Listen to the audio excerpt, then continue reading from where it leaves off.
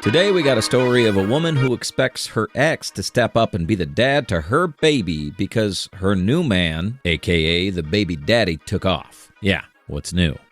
Am I the a-hole for not wanting to do anything for my ex's unborn child? I, 24 male, have a son, 5, with my ex Haley, 24. We broke up 3 years ago and we share custody of our son. Our relationship was bad before we broke up. I could never do anything right. Haley wanted to stay home with our son, so I worked extra hard to provide for us, but then she accused me of trying to keep her at home all the time by staying at work so late. If I took our son for the day, she'd accuse me of trying to come between them. But then if I spent time with him on and off throughout the day, she'd accuse me of not being involved enough. She didn't like my cooking, but complained when I didn't make more food. She'd also get pissy when I'd make a lunch for me and not pack one for her. She'd get pissy with me if I didn't want her to go out with her friends if I had work in the morning. She told me a single parent would deal with work and getting up with a kid so I could. But if she wanted to go somewhere in the morning, I better make sure I was there and waking up. It didn't matter that I was working crazy long hours so she didn't have to work. She told me to be a real man.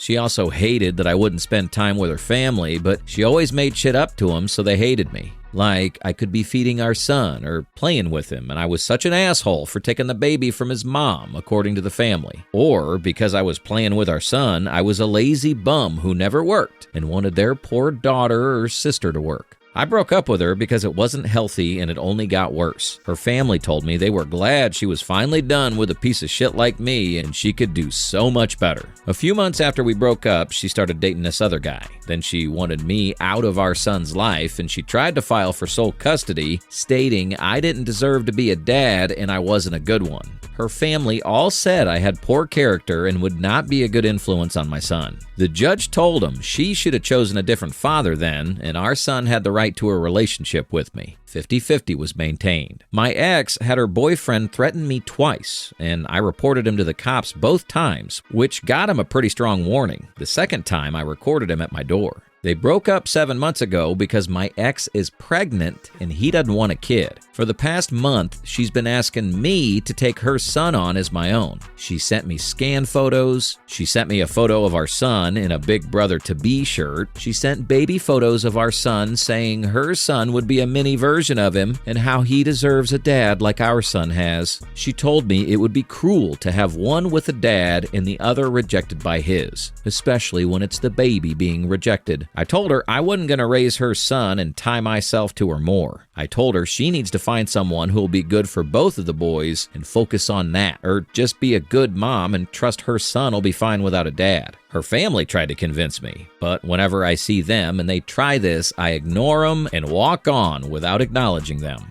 The change since I was the worst influence ever when it was our son is startling. The other night, my ex called me at 3 a.m. and I freaked out thinking something was wrong with our son. But instead, she was crying and worrying about her son and saying he needs me. I made it clear I'm not doing anything for her second child and she's on her own with him. I told her he will never be my son or my family and she needs to let it go. Ever since that call, her texts are angry instead of pleading, and we're back to me being the worst. Am I the a-hole for my stance? Edit. I'm not trying to hurt her by saying no. I'm trying to protect myself and my son. Taking her son on as mine splits what resources I have so my son would get less. It would make me resentful of the fact that I'm raising a kid who isn't mine when I'm not even with the mother. And it would open me up to way more contact with my ex, because then I'm taking on her child. As it is, I'm a young single dad. That's already hard. And she has done everything to try to fuck with the rest of my life and my relationship with my son. Right now, my priority is us and our relationship, not hurting my ex to get back at her and not her youngest. I don't like that you believe that's all this is about, because there are more ways that I could try doing that if I wanted to, but that's never what I was doing or thinking.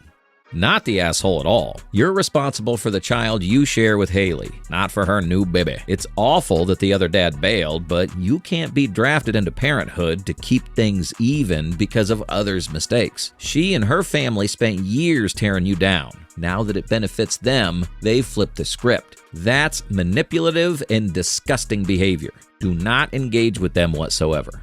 Keep everything focused on your child and in writing. When she pivots to the new baby, repeat a single line and disengage. Haley, I'll communicate about my son's name only. Schedule, health, school. I'm not the parent of your second child. Don't take on care, costs, or titles that create a de facto parent situation. If you're unsure about local laws, a quick consult with a family lawyer is worth it. It's sad for that child, but responsibility rests with the mother and the biological father, not you. Your stance protects your son, your time, and your sanity. It also avoids legal messes. Some places can treat long-term acting like dad as parental responsibility. Hold the fort. Comments. It's super shitty when the kids are old enough to understand they're being treated differently by one of the dads. Neither of those kids has to be put in that awkward position. Neither, too, do they deserve to be in that position. They are, in fact, siblings. Yes, half, but what does that matter in their hearts? You'll cause a split, however minor, in that relationship. They will only have each other as sibs when all the adults are long gone. For your child's sake now, and in the long and very long run, don't exclude the second child. It's a completely different mindset than you have right now, but if you're being honest with yourself, you're wanting to hurt her and make her feel the pain of her decisions. In reality, you're hurting your own son. Please take some time to think about this. Adulting can be very difficult, but is mostly rewarding. Lets you look at yourself in the eye and be proud of who you see there. Not the a-hole. Nothing forces you to take care of that other kid, but that is your son's sibling. Your decision will impact how they grow up together, and I'd also be concerned the mom would take it out on your kid. Does it suck? Yes, but both kids did nothing wrong, and they'll be the ones paying for their parents' decisions. I do agree with whoever suggested you go for full custody of your kid.